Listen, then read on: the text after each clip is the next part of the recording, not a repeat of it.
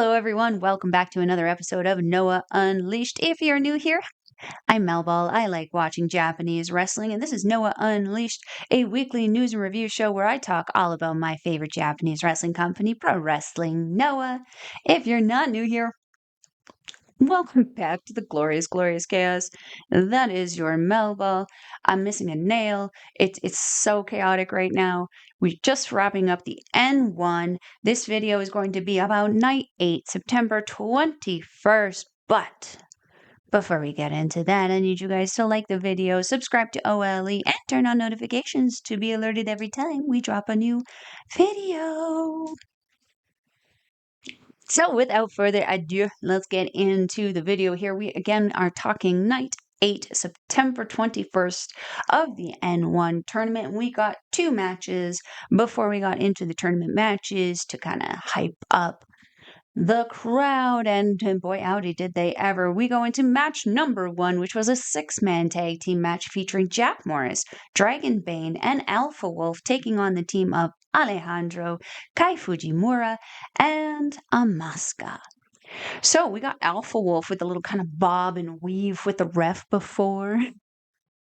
Trying to do all of the checks, and he's just kind of hippity hopping around, then going for a nom nom on Morris before the match gets underway in the team hug. Amazing lucha start here with Alejandro and Alpha Wolf turning up the speed. Always a good start with that. All Rebellion with that tabletop forearms and then the cartwheel thrust kick double team, but Los Golpeadores with their own tabletop attacks back, knocking Fujimura off the apron. So Morris, and he is a full head taller than AMAKUSA. He really clearly looks over him, but not to be ignored. AMAKUSA is very quick. Very quick, very, very undeniable, very, very unignorable. Morris catching a crossbody attempt and then hitting a wicked delayed suplex, though, on AMAKUSA. Fujimura hitting a leapfrog Rana, and then a forearm to Dragon Bane. Dragon Bane with a flurry of kicks, dropping Fujimura and then hitting a handspring back elbow, followed by a standing moonsault. But the team of Fujimura and Alejandro and AMAKUSA make the save. The front flipping Death Valley driver by Dragon Bane, followed by that effortless moonsault. I wrote bye-bye. I'm going to assume that was Alpha Wolf. And then Dragon Bane gains momentum, hitting the turnbuckles before backflipping into a splash on Fujimura for 2. So we're going to go into the finish here. Finish comes with Alejandro hitting a tope suicida on Alpha Wolf. Meanwhile, Fujimura picks apart Dragon Bane and then rolling him up with that interesting little cradle that he's been doing, where he almost looks like he's going into Kiyomiya's stranglehold, and then it kind of rolls him through and kind of heel touches his feet to kind of lock you into that cradle position, picking up the win over Dragon Bane. Not happy, the tag team champions going into their title match the next night, with now 2 losses coming at the extent of this interesting cradle that Fujimura is doing. A very, very fun way to open up this show, though. Got to see a little bit of everybody pulling off their stuff. So from here, we're going to go into match number 2, which was another 6-man tag team match. It featured HAYATA, Atsushi Kotoge, and Tochigi pro wrestling star Riho Hoshino, taking on Daiki Odashima, Junta Miyawaki, and Black Mensore. So Miyawaki and Hoshi having a really, really good start to the front. I am overtired. Start to this match, having a junior start, not too fast, not too slow, just making sure that they can show off a little bit to the crowd. Hoshino really good at those drop kicks. That seems to be a really good signature of him. This was my first time, by the way, seeing Hoshino, but the drop kicks that he does are so on point that he can hit them pretty much anywhere and be right on the money. It's very impressive.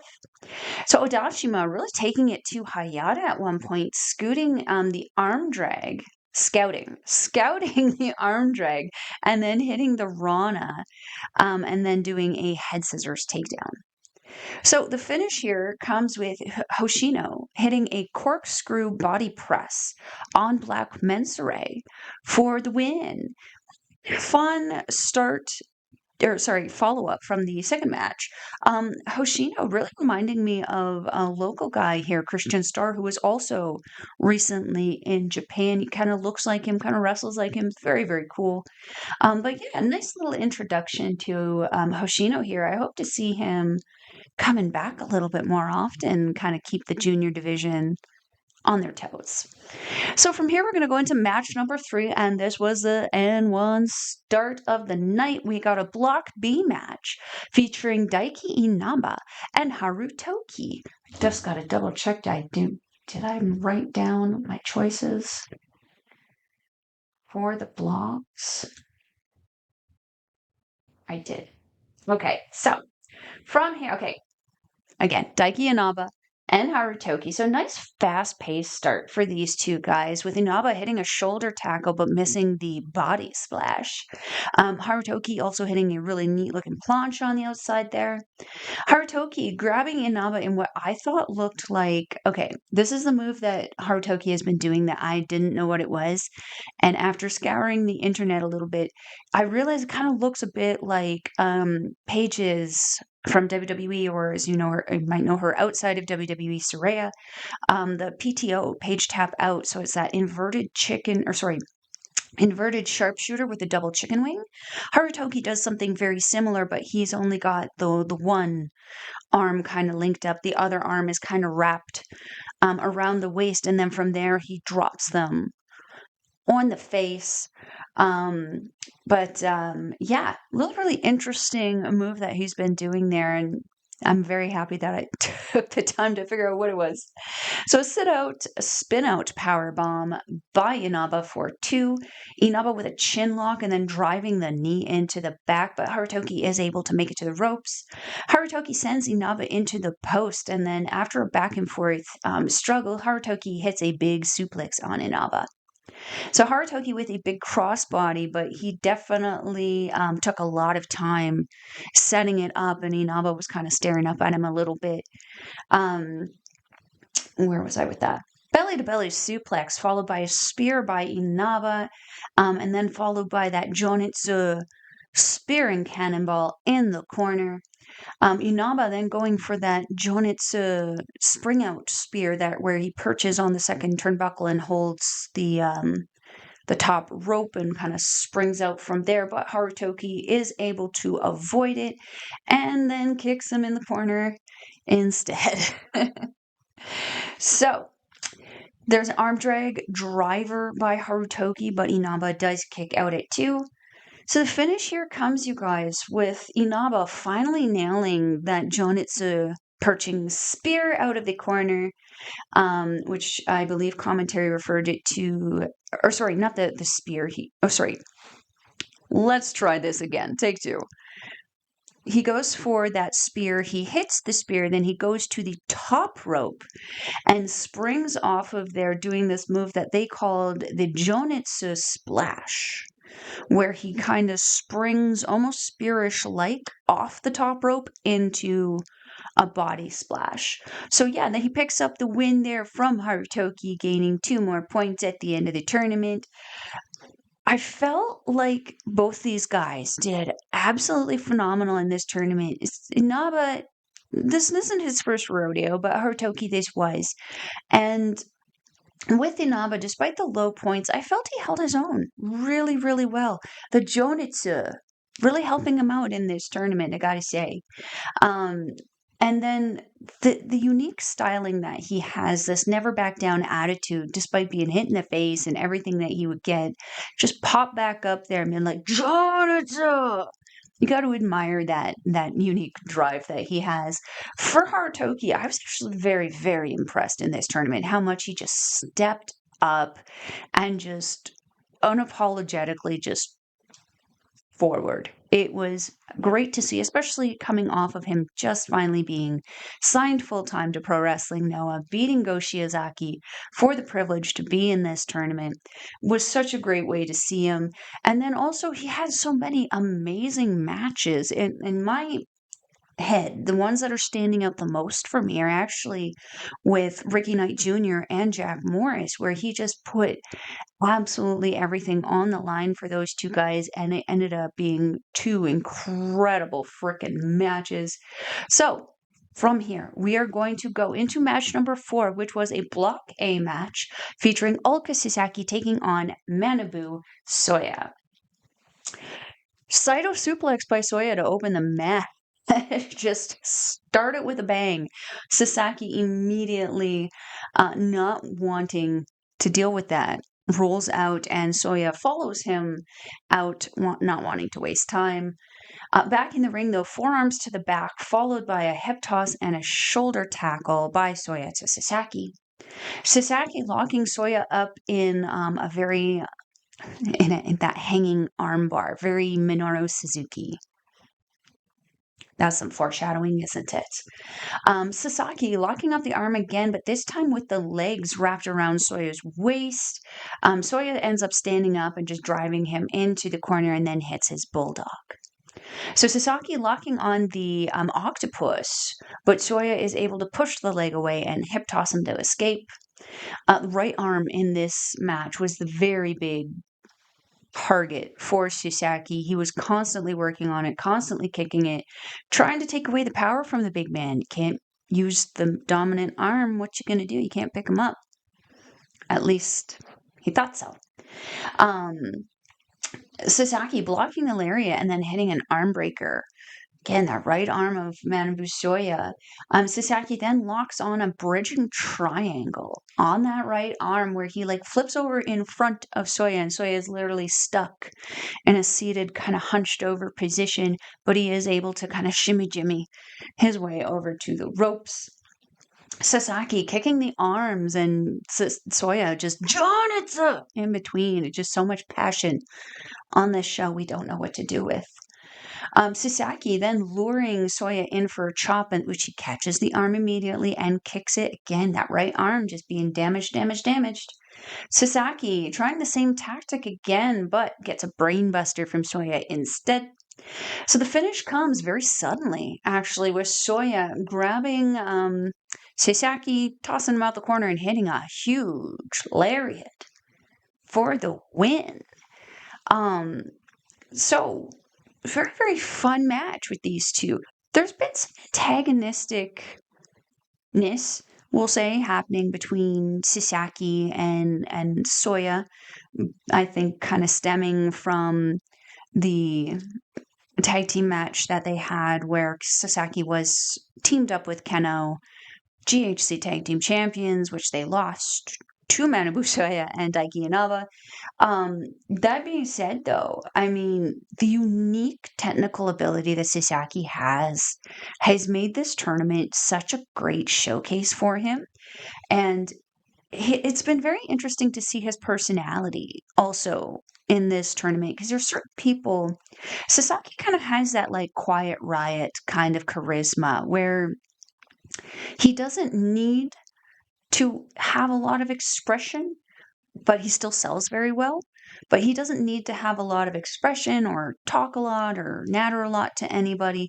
But there are certain people in this tournament that we did see pull little inklings of that out of him. And the one person standing out the most to me is the person who I just love seeing Sasaki fight, and that is Daga. Daga has that just overabundance of charisma, and Sasaki latches onto it, and we started to see him kind of like goofing about, kind of looking around a little bit more, giving some more expression, and that continued a little bit after the match with Daga. It kind of almost gave him this prolonged confidence. It's like we have to have Daga and Sasaki fight in a singles match every couple of months to ensure Sasaki stays on an upshoot, and I'm not going to be mad about that. I love seeing him and Daga go together. That combined technicality of both of them it's just gold in the ring. But we can't take away from the Passion captain in this, picking up 2 more points at the end of the tournament.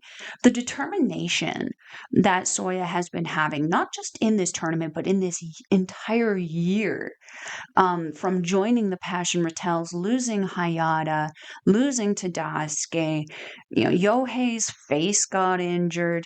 We'll talk in the next video. There's some other issues kind of going on. Yuta Kikuchi is the only one kind of sitting here going, Passion! Jonitsu! From the sidelines without any problems.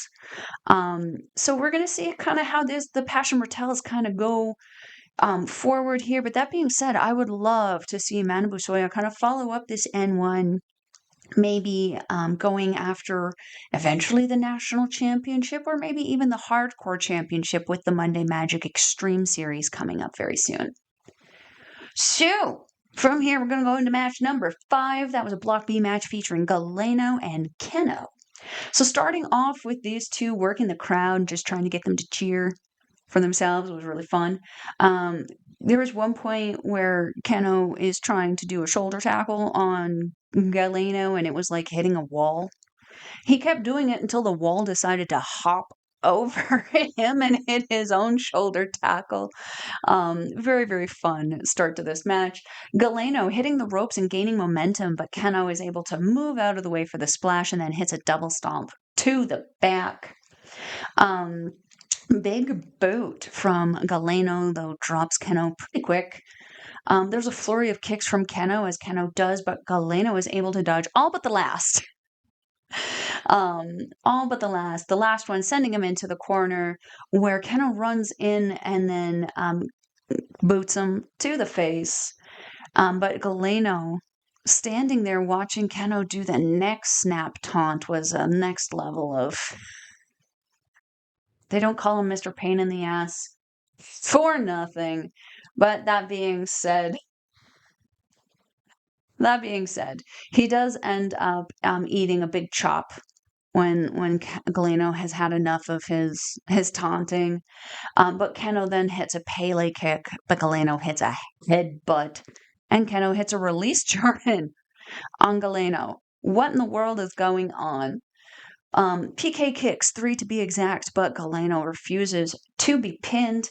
The finish here comes with a massive running lariat from Galeno, only for 2 though. But he follows up with that Galeno special and picks up 2 points over Kenoh. This was a really fun high-speed match, and I can be a little critical of Kenoh. There's some matches where he does too much, and there's some matches where he's not doing enough. This was just right. This was a Goldilocks bowl for me. Ironic for Kenoh. Galeno is always a hit. In this tournament, Galeno ate and left no crumbs. He licked that plate clean. My goodness. Cleaned house. Just effortless for 20 freaking 4.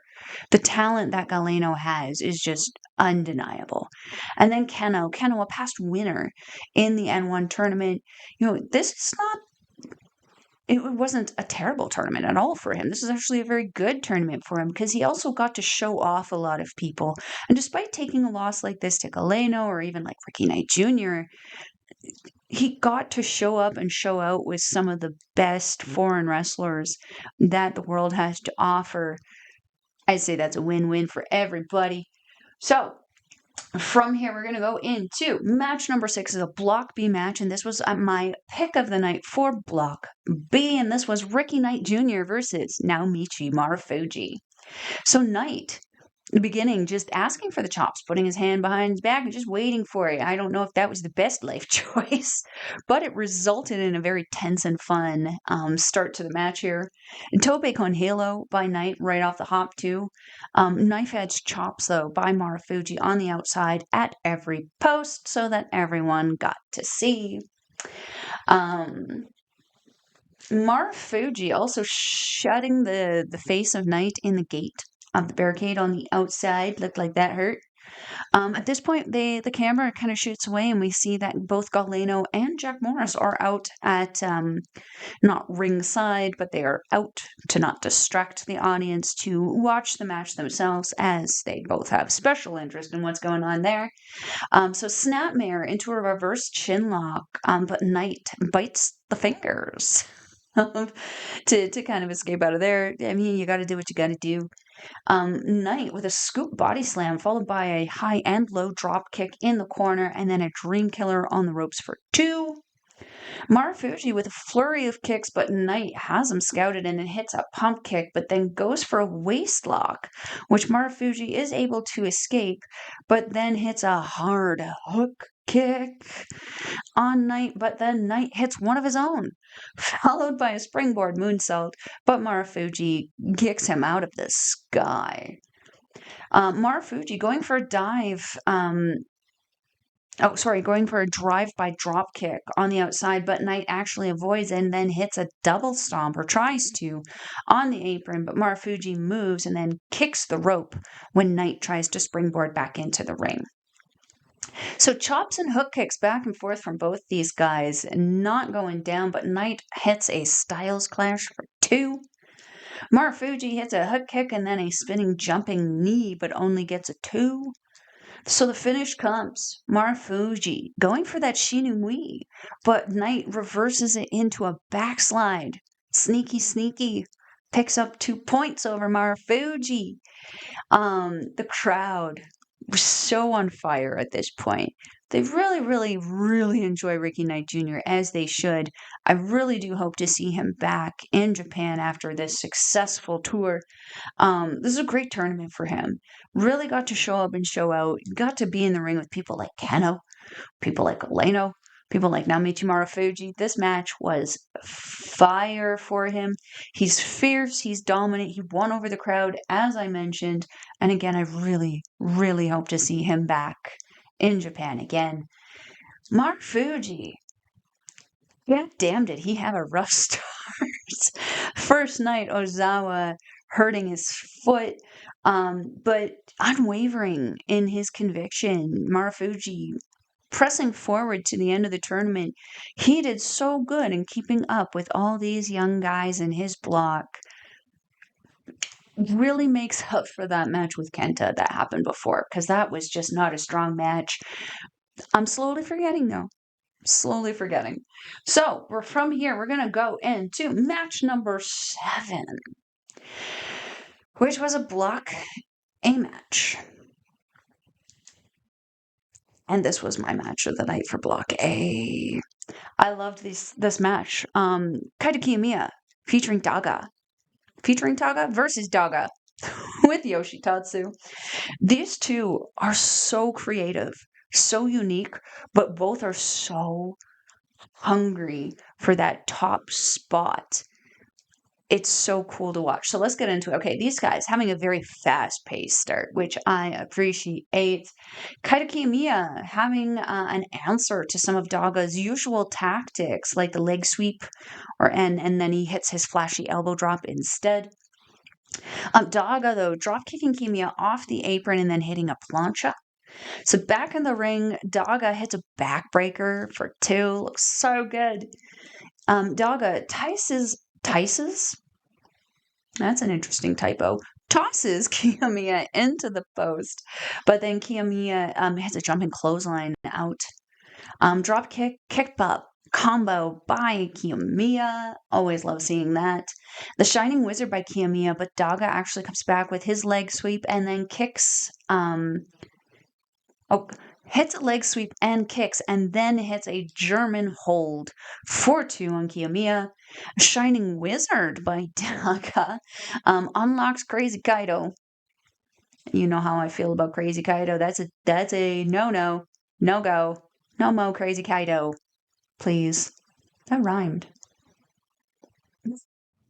Anyway, standing and regular Shining Wizard. Oh, a standing and regular Shining Wizard by Kaito Kiyomiya on Daga. Tatsu distracting the ref and Daga hitting a wicked brainbuster on Kiyomiya, but the finish comes here, you guys.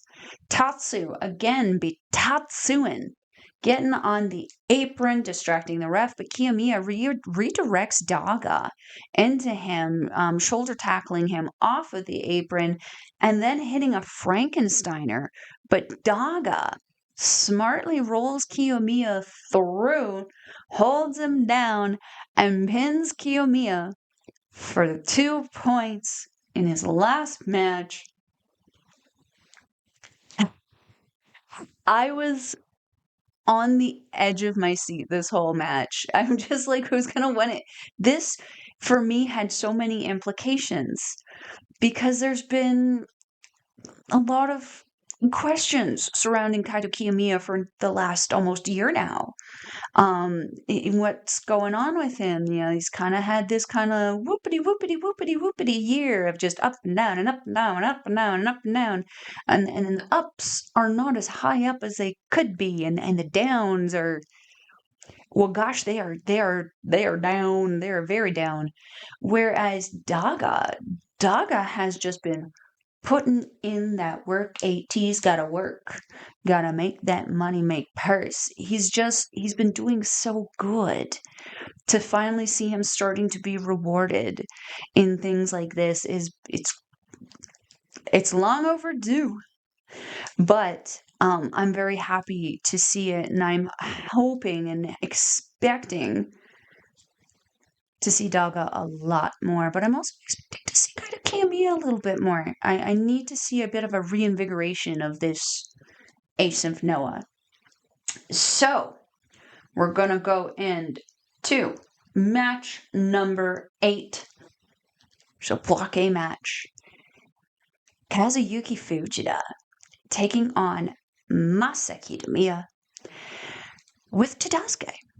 Now, for me, this was the most important match of the show, and there was still 2 more matches to happen on this card, but this match in particular was the most importante match because these guys, Block A is all kind of sitting around the same points. Like there's more than not sitting at a higher level of points. To me, this match for Block A was the tiebreaker. Whoever won this one, I was pretty convinced was going to the finals. And given if you know who it was who I wanted to go to the finals, which is Masaki Kiyomiya, this is very important. Muy importante. Okay, so let's get into it before I go off on a tangent. So, Kiyomiya focusing on the fan that he has. With the banner out there, showing off to the crowd before just punching Odashima in the face. Because why not? Immediately in the match, starting big meaty men slapping meat, it's just shoulder tackle, slap, slap, shoulder tackle, strike, shoulder tackle. Kiyomiya getting knocked down, but coming back with a release German and Fujita bailing to the outside. So Kiyomiya goes to the outside and headbutts Fujita, but Fujita comes back with strikes and starts tossing Kiyomiya into the barricades. Back in the ring, Fujita locks on a deathlock and then starts doing this kind of crazy thing. Literally, he was that was the noise. It was very odd, but I don't know how he taps into his beastly power. We'll go with that. But goes into this really interesting, crazy shake before transitioning into a figure 4, but Kiyomiya is able to make it to the ropes. Kiyomiya locking on his own variation of the deathlock, and then several chops and strikes from Fujita before releasing it and then dropping an elbow on the knee. So we got lariats back and forth with Fujita hitting a brainbuster, and Kiyomiya now bailing to the outside. So Fujita trying to toss Kiyomiya again, but Kiyomiya is able to reverse and instead sends Fujita, why am I trying to say Fujimura? Tossing Fujita into the barricades. At this point, while Fujita is on the ground, we see Tadasuke kind of come running around the ring post and start yelling at who I now know is the ref. Distracts the ref, and Kiyomiya kind of walks around the corner where he just came from, where Tadasuke conveniently dropped his chair. And he picks it up, nails Fujita on the head with it, hits the pile driver on the chair, and then hits him a few times more for good measure before going back into the ring. The finish comes with Fujita bringing, or with Fujita, with Kiyomiya bringing Fujita back into the ring, hitting a lariat followed by the pile driver for 2, then hitting the top rope senton and locking on the stranglehold, but Fujita refusing to submit. The referee makes the decision to stop the match as Fujita was not able to move. He wasn't submitting, but he wasn't also physically able to make any movement towards escaping. Not that I don't know anyone who can. That's a very strange and very authoritative submission to be in. I don't know how you're going to get out of that one. I look forward to the day where someone finally does. But that being said, for me, this was kind of, I was good. I ended this going, I know what's going on. I know what's happening. This is what's happening because I need it. I need it. I said I needed it in my veins. I'm halfway there. Halfway there. What dominant tournament for both of these guys. Fujita, first of all, coming in as the beast he is and just plowing through the first 4 matches, one of which is against, like, why am I not thinking of the person right now? Daga was the first. Kiyomiya was another. Soya was another. Like, just so many people. Kenta was the one who finally stopped his momentum. And it's just... But then you have the chairman, who is on such a roll right now, chasing that spot. And he's been in this tournament a hot minute. Just, this was such a good tournament. Both of these guys had such a great tournament. So I'm going to stop rambling about it. We're going on to match number 9, which is a Block A match featuring Kenta taking on Tetsuya Endo. It was a nice slower paced start on this one. I think these guys were kind of feeling each other out to start.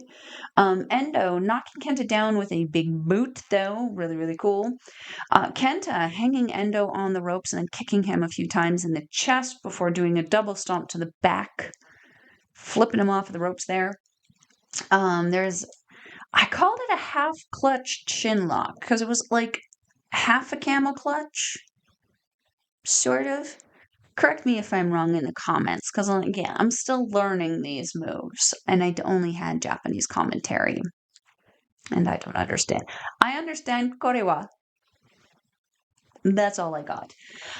So Kenta with some nasty kicks while Endo was leaning up against the ropes and then trying for an apron brain buster, but Endo reverses into an exploder attempt before big booting Kenta off the apron instead. So Endo, what was I trying to say there? Endo going for a plancha, but Kenta kicks him out of the sky. High kick and John Woo kick, followed by the double stomp by Kenta for 2. Forearms back and forth with Endo catching Kenta going for a Psycho knee and then hits a power backbreaker and then goes for his shooting star press, but Kenta puts up the knees and then hits the Psycho knee for 2. Endo staggered and Kenta picks him up for the GTS, but Endo reverses into an inside cradle, but Kenta escapes. The finish comes, you guys. Kenta going for another GTS, but Endo transitions into a poison Rana and then follows up with the godly knee in the corner and the shooting star press for the win. Kenta falling to Tetsuya Endo. I can't tell you how much I freaked out about this because I realized afterwards that my math because I'm not a mathy. My math was way off, and this match should have been more important than the match before.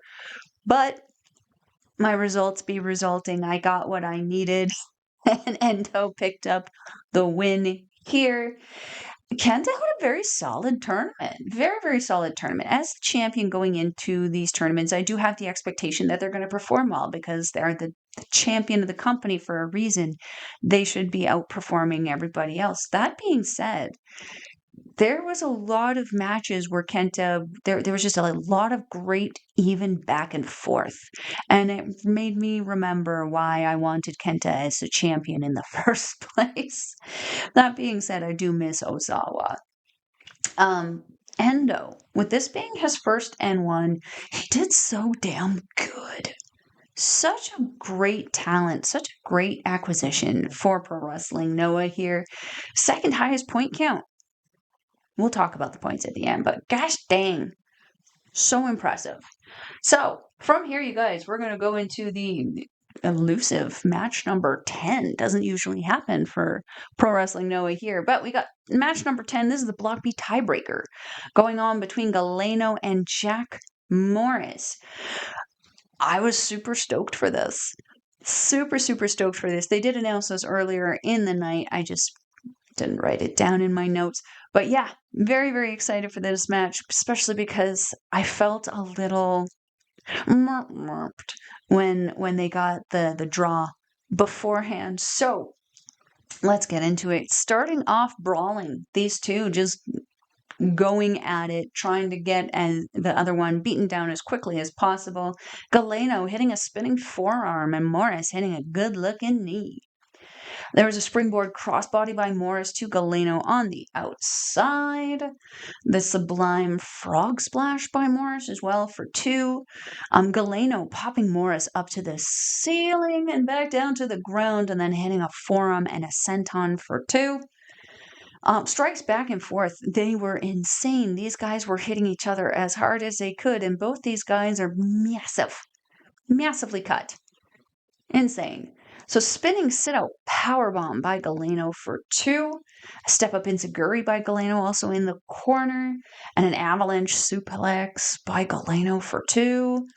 Morris reversing the Galeno special into an inside cradle for 2 and then follows up with a jumping knee and a good-looking knee for 2.